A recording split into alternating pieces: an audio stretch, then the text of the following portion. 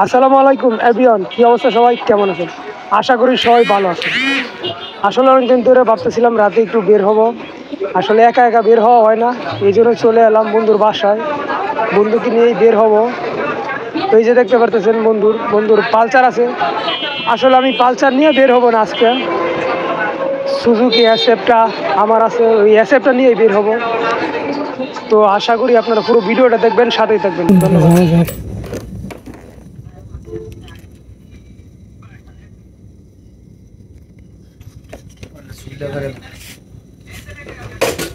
সব কিছু ওকে।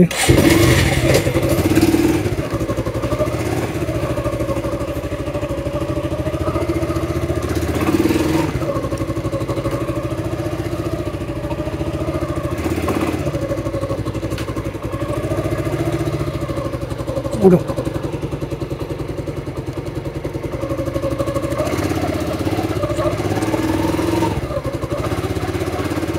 এখন বাজে প্রায় 10টা।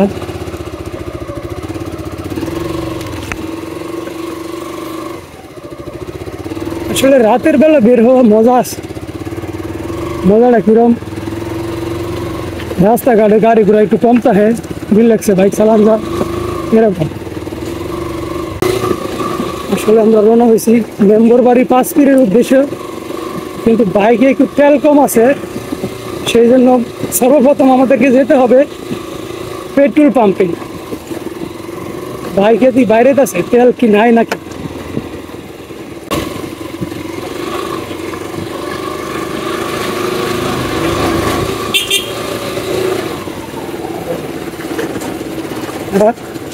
কার কার এই জন্য আসলে এখানে একটা মানুষ দেখা যায়। আল্লাহ ওনাকে বেহেশত নসিব করুন।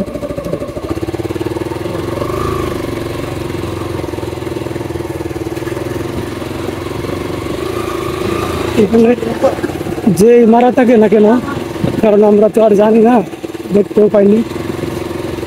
আল্লাহ যেন ওনাকে বেহেশত নসিব করে। দেখতেছেন মাদ্রাসার প্রত্যেকটা ছেলে, প্রত্যেকটা লোক জানাজা পড়ার জন্য তারা যাইতেছে। আসলে এই মাসুম বাচ্চাদের উদ্দেশ্য হলেও আল্লাহ যেন ওনার রূপের মাগফিরাত কামনা করেন, দোয়া করি।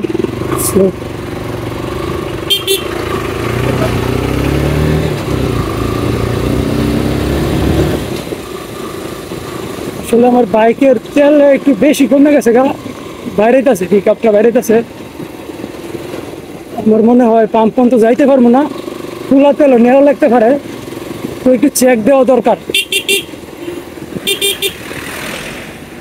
তেলটা কি পরিমাণ আছে, একটু চেক দেওয়া দরকার।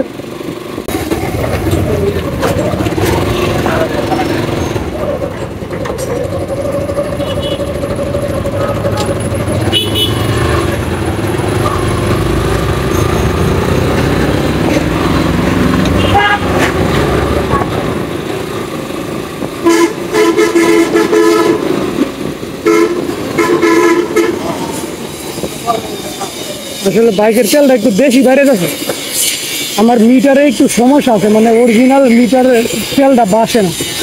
সেই জন্য আমাকে কী করতে হবে, ট্যাঙ্কিটা খুললে একটু চেক দিতে হবে তেলটা কী পরিমাণ আছে, আমি কি পাম্প পর্যন্ত যাইতে পারবো কি না। আর না হলে এখানে একটা খোলা তেল ভরার সিস্টেম আছে, এখান থেকে খোলা তেল করে আমার যাইতে হবে। তো এটা আমি চেক দিই তেল কী পরিমাণ আছে। ধরো কি গাড়ি মারতেছে তেল তুই তোর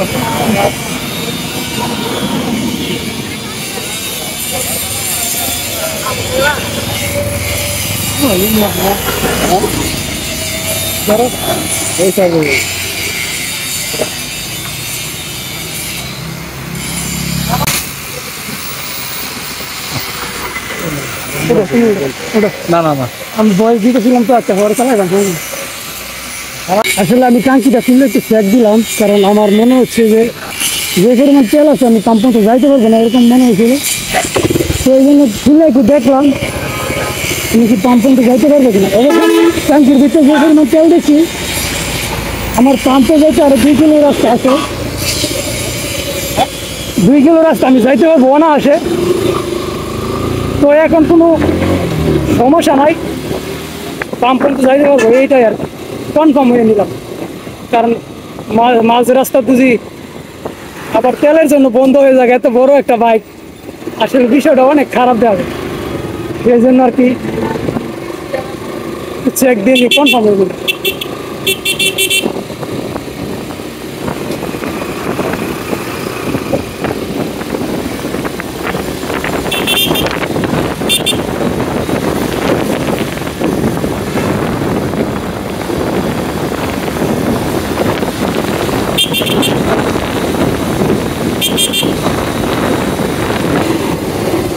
আসলে আমরা রওনা হয়েছি মেম্বার বাড়ি কাশ্মীরের দিকে।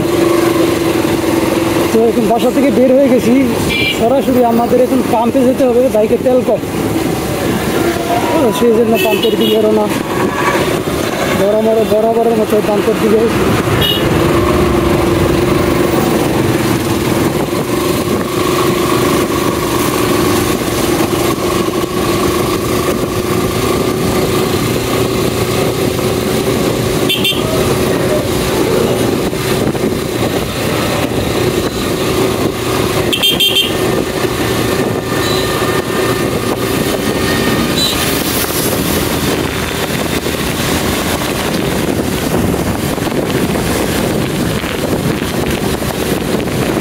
পাম্পের থেকে তেল ভরলে দুটা জিনিস সাশ্রয় আছে। এক, আপনি পাম্পে থেকে ভালো তেল পাবেন, আপনার ইঞ্জিন ভালো থাকবে, ট্যাঙ্কিতে সমস্যা হবে কম। দ্বিতীয়, আপনি হাফ লিটার তেল পর্যন্ত নিতে পারবেন।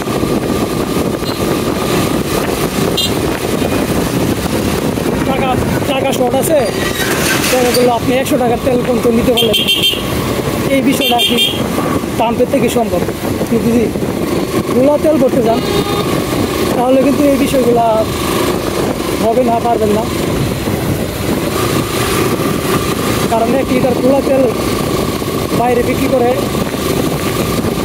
130 টাকা, পাম্পের থেকে 1 লিটার পেট্রোল করে 118 টাকা, প্লাস আপনি যদি ওয়াকটেন করেন তাহলে ধরবে 122 টাকা। তো এরকম আরও অনেক ভালো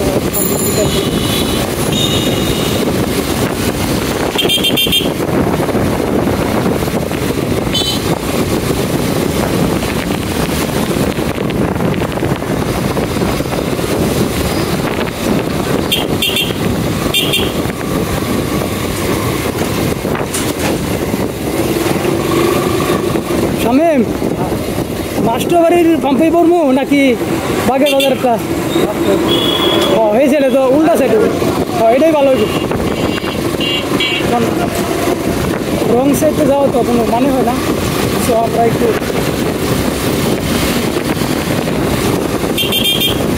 আগে থেকে করে দিলে ভালো হয়।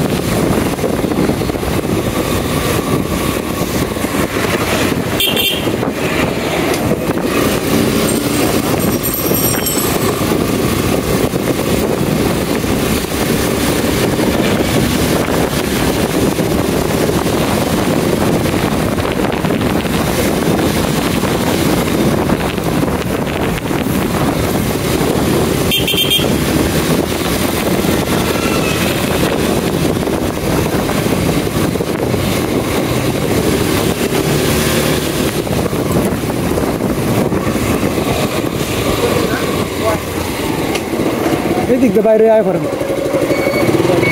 থাকবা।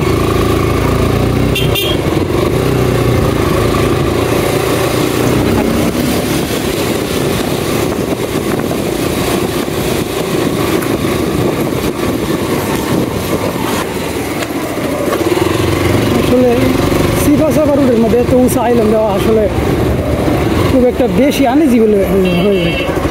কারণ একটু সিপা রাস্তার মধ্যে এত খারাপ করে আইল্যান্ড দেওয়াটা আমি বলি কি এটা ঠিক না। আসলে বাইকারের জন্য না, সব গাড়ির সমস্যা।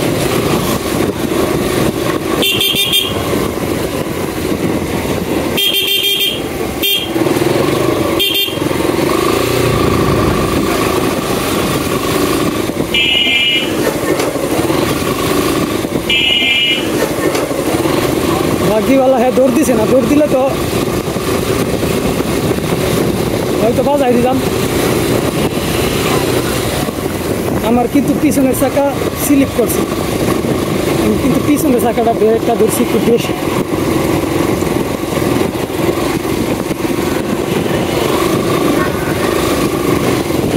তো এরকম সিচুয়েশন যদি কারো হয় তো আপনারা কি করবেন? গাড়ি থামানোর চেষ্টা করবেন, ঠিক আছে, প্লাস পিছনের ব্রেকটা চেষ্টা করবেন একটু বেশি ধরার জন্য, কারণ সামনের ব্রেকটা ধরলে আপনার তাড়াহুড়ার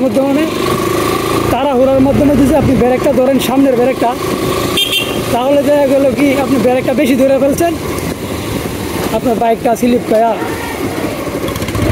পড়ে যাওয়ার সম্ভাবনাটা একটু বেশি।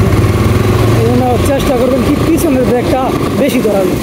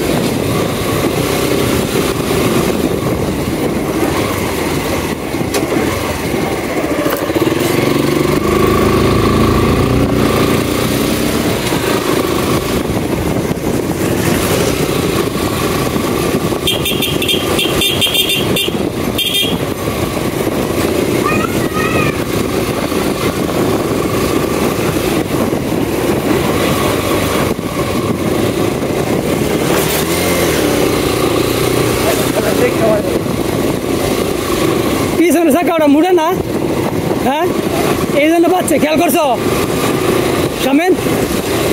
সামনে দেখছিলা কি দেখছো কবছে?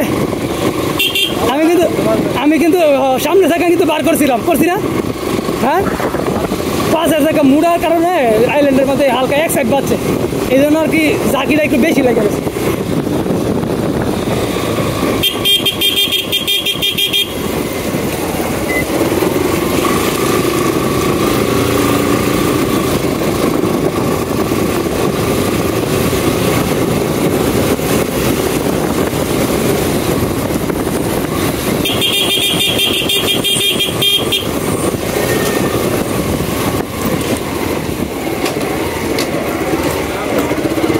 চলে এলাম আমরা আশপাড়া। এখন গুরগুড়ো মাস্টারবাড়ি যে হাজি পাম্পটা আছে, ওই হাজি পাম্পের থেকে দেখি কিছু টাকার তেল ভরবো, বলে আমরা আবার রওনা দিয়ে দিব মেম্বার বাড়ি 5 কিলো মাজারের উদ্দেশ্যে। আসলে আমরা মাজারের উদ্দেশ্যে বের হয়েছি আজকে, যাবো আসলে গান টান হয় ওই জন্য বের হয়েছি আজকে। তো ওই যে আমার সামনে পাম্পটা আছে, আমরা চলে এসেছি পাম্পে।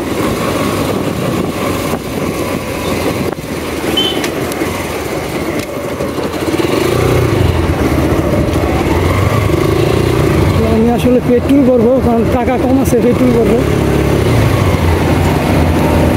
আসলে আমি পেট্রোল ভরবো কারণ আমার কাছে টাকা কিছু কম আছে, সেই জন্য পেট্রোল নিতে হবে আমাকে।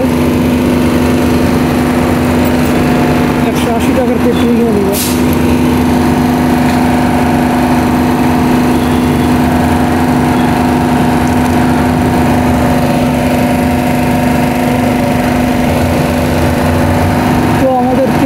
শেষ, তো আমরা এখন রওনা হব।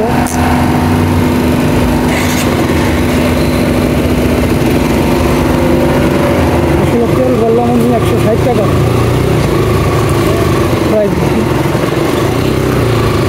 1 লিটার 31 পয়েন্ট তেল দিছে। আসলে আজকে বাসা থেকে টাকা নিয়ে বের পেটি, সেই জন্য আর কি এরকম কম টাকার তেল করতে হয়েছে।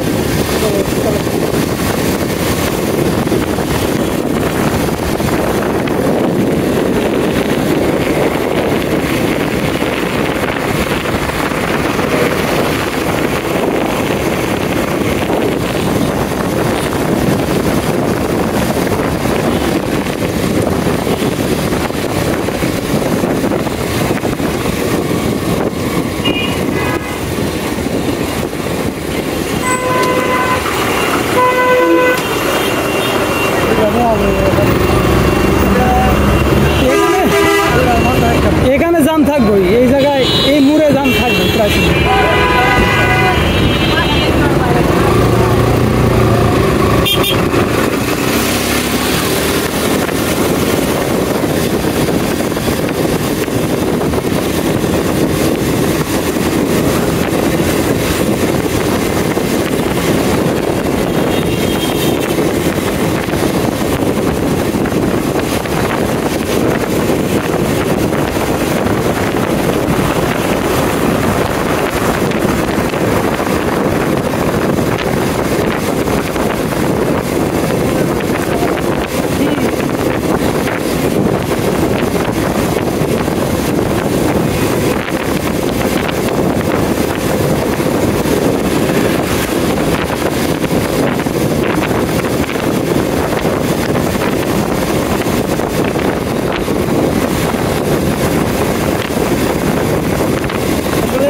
টাকার তেল ভরা, এত বড় ট্যাঙ্কির মধ্যে 160 টাকার তেল ভরা মানে কি জানে?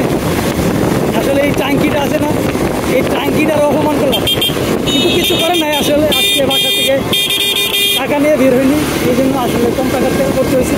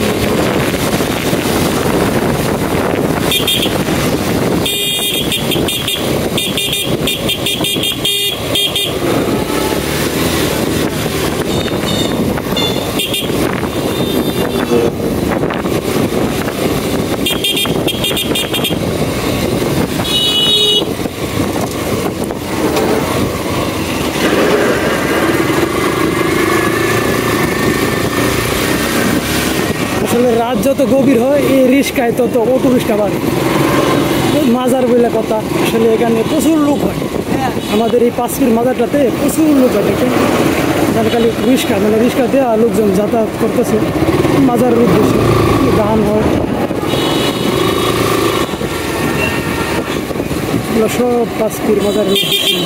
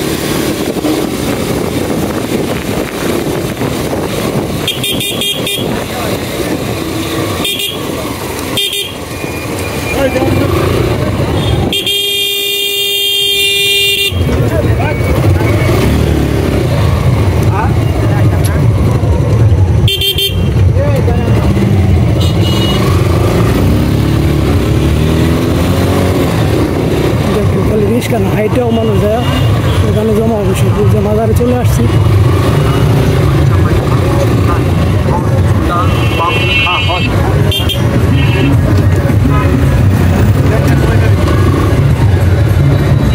আসলে এখানে গাড়ি পার্কিংয়ের জায়গা আছে, ব্যবস্থা আছে, কিন্তু এখানে আমরা গাড়ি পার্কিং করবো না, কারণ এখানে গাড়ি পার্কিং করতে গেলে আমাদেরকে 50 টাকা গুনতে হবে। এই জন্য আমরা এখানে পার্কিংটা করবো না আজকে। প্রায় সময় আমরা এখানে পার্কিং করি, গাড়ি যে দামে প্রাইভেট কার দামে মূল দিচ্ছে, তো আমরা আজকে এখানে পার্কিং করবো না, আমরা চলে যাবো। সেই জন্য দেখি আমরা কি ভিতরে ঢুকতে পারি নাকি।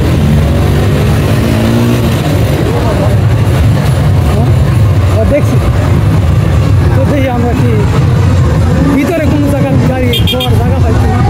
আমি নামাই দেব নাকি? আসলে দেখতেছেন মাজার ঘোরা জমজম।